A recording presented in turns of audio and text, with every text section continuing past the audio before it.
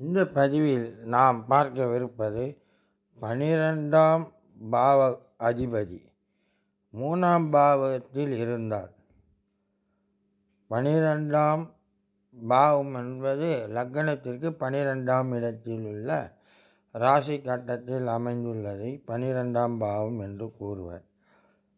அந்த கிரகம் 3ஆம் பாவத்தில் லக்னத்துக்கு 3ஆம் இடத்தில் இருந்தால் 3ஆம் பாவக அதிபதியுடன் சேர்ந்திருந்தாலும் பார்த்து கொண்டாலும் அல்லது பரிவர்த்தனை பெற்றாலும் 12ம் 3ஆம் பாவம் பரிவர்த்தனை பெற்றிருக்கும். 12இல் உள்ளது 3ஆம் இடத்திலும் 3ஆம் உள்ளது 12ஆம் இடத்திலும் இருப்பார்கள். கிரகம் சார பரிவர்த்தனை பெற்றிருந்தாலும் 3ஆம் பாவகத்தில் காரகத்துவம் அத்தனையும் கெடும்.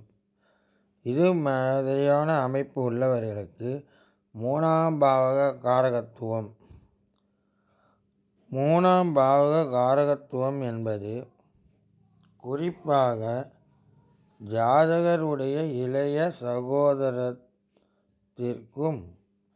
ஆடை ஆபரண அணிகலன்களும் காது மூக்கு தொண்டை தோள்பட்டை போன்ற இடங்களுக்கு வழக்கமான தொந்தரவை விட அதிகமான தொந்தரவு கொடுத்து செலவை கூடுதலாக செய்ய வேண்டியது வரும்.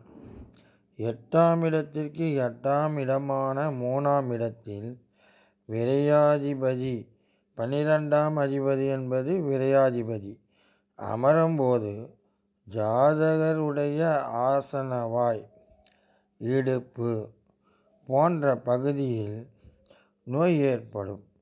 வேலையாட்களுக்கு அதிகமாக செலவு செய்ய நேரிடும். வேலையாளர்களுக்கு அதிகமாக செலவு என்பது அதிகமாக கூலி கொடுத்து வேலையாளை தேடுவார்கள். சிற்றின்பத்திற்கும் கூடுதல் செலவாகும். சிற்றின்பத்திலும் அவர்கள் நாட்டமாக இருப்பார்கள் என்பது பொருள். சிற்றின்பத்தில் நாட்டமாக இருந்தால் பொருள் செலவாகும். 12ஆம் இடம் என்பது பொருள் செலவு என்பதை புரிந்து கொள்ளலாம். அந்த அதிபதி எந்த ராசி கட்டத்தில் அமர்கிறதோ அந்த ராசி காரகத்துவம் கெடும் என்பதை இந்த பதிவிலிருந்து தெரிந்து கொள்ளலாம். மீண்டும் அடுத்து புதிய பதிவில்